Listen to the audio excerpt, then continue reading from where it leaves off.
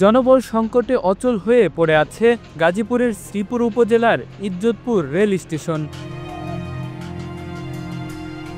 এক যুগেরও বেশি সময় ধরে স্টেশনটি বন্ধ থাকায় আশেপাশের অন্তত 15টি গ্রামের প্রায় 20,000 মানুষ চরম ভোগান্তিতে দিন কাটাচ্ছেন।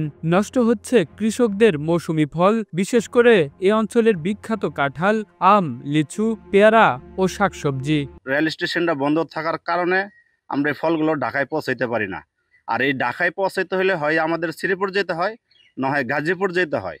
কিন্তু এই কারণে আমাদের যে স্টেশনটা আগে যে একটা জমজমাট ছিল, সেই স্টেশনটা আপাতত একদম মইরা যাওয়ার কারণে আমরা খুব কষ্টে আছি।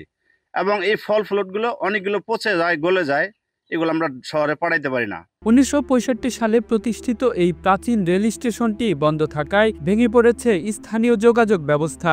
যাতায়াত, শিক্ষা ও স্বাস্থ্যসেবার জন্য দীর্ঘ পথ ঘুরে মূল সড়কে যেতে বাধ্য হচ্ছেন এলাকার মানুষ। এতে সময়ের পাশাপাশি বাড়ছে অতিরিক্ত খরচও। বিরাট সমস্যা, আমরা মাল নিয়ে যাইতে পারি না, কারণ এই যে বাইরের রোড আছে অনেক দূরে মাল নিয়ে যাইতে খুব সমস্যা হয়, খরচ বেশি। তারপর আপনার ট্রেন বন্ধ করে দেওয়ার পরে মনে করেন আপনার অনেক ক্ষতি হয়েছে, বিশাল ক্ষতি, বলা মহল। স্টেশনটা যদি চালু হয়ে যায়, অনেকদিন যাবো বন্ধ, প্রায় 10-12 বছর, তো এতে জনগণের অনেকই অসুবিধা হচ্ছে। তো যদি স্টেশনটা চালু হয় তাহলে বিভিন্ন জায়গা থেকে মালামাল বা যাতায়াত বা যাত্রী, আমরা অনেক সময় দেখা যাচ্ছে শ্রীপুর গিয়ে গাড়ি ধরতে হয় না, অর্থাৎ রাজেন্দ্রপুর। স্টেশন বন্ধ থাকায় দ্রুত পরিবহন করা যাচ্ছে না কৃষিপণ্য, সময় মতো বাজারজাত না করতে পারায় নষ্ট হচ্ছে চালান, ন্যায্য মূল্য থেকে বঞ্চিত হয়ে আর্থিক ক্ষতির মুখে পড়ছেন কৃষকরা। অন্যদিকে স্টেশন ভবন, প্ল্যাটফর্ম ও মূল্যবান স্থাপনাগুলো দীর্ঘদিন অযত্ন ও অবহেলায় ভেঙে পড়েছে। রেল স্টেশনের পয়েন্ট ও লেভেল ক্রসিং গেটগুলো অরক্ষিত হয়ে পড়েছে। এতে যাত্রী ও পথচারীদের প্রতিনিয়তই ঝুঁকি পোহাতে হচ্ছে। এই স্টেশনটা দীর্ঘদিন যাবতই বন্ধ আমরা দেখতেছি। এক হইলগা সরকারে কোটি কোটি টাকা খরচ করে মনে করেন সিঙ্গেলগুলি করছে, ডিজিটাল সিঙ্গেল, এরপরে মনে করেন যে ঘরগুলি করছে।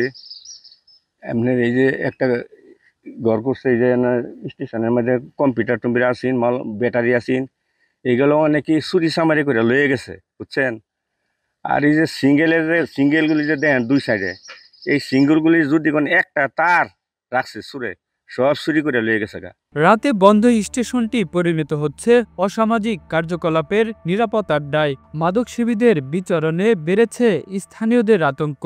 কোটি কোটি টাকার সম্পদ রেল কোম্পানির এখানে পড়ে আছে অবহেলিতভাবে, কোনো তদারকি নাই। রেলের অফিসাররা আসে, ছবি উঠায়, আবার কিছু এই ভিডিও করে নেয়, কিছু মাপজোপ করে, কিন্তু আসলে আমরা বাস্তবায়নে দেখি না কিছুই। স্টেশনটি পুনরায় চালুর দাবি স্থানীয়দের দীর্ঘদিনের। তাদের বিশ্বাস, স্টেশনটি চালু হলে মৌসুমি ফলমূল ও শাকসবজি সহজে এবং কম খরচে রাজধানী সহ দেশের বিভিন্ন স্থানে পাঠানো যাবে।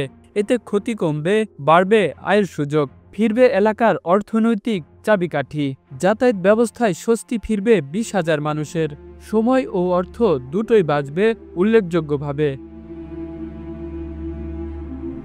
ইজ্জতপুর রেল স্টেশন পুনরায় চালুর দাবিতে স্থানীয়রা মানববন্ধন সহ একাধিকবার সংশ্লিষ্ট কর্তৃপক্ষের কাছে স্মারকলিপিও প্রদান করেছেন। তাদের প্রত্যাশা, অচল স্টেশনটি চালু হলে শুধু যোগাযোগ ব্যবস্থা নয়, বদলে যাবে এলাকার জীবনযাত্রা ও অর্থনীতি।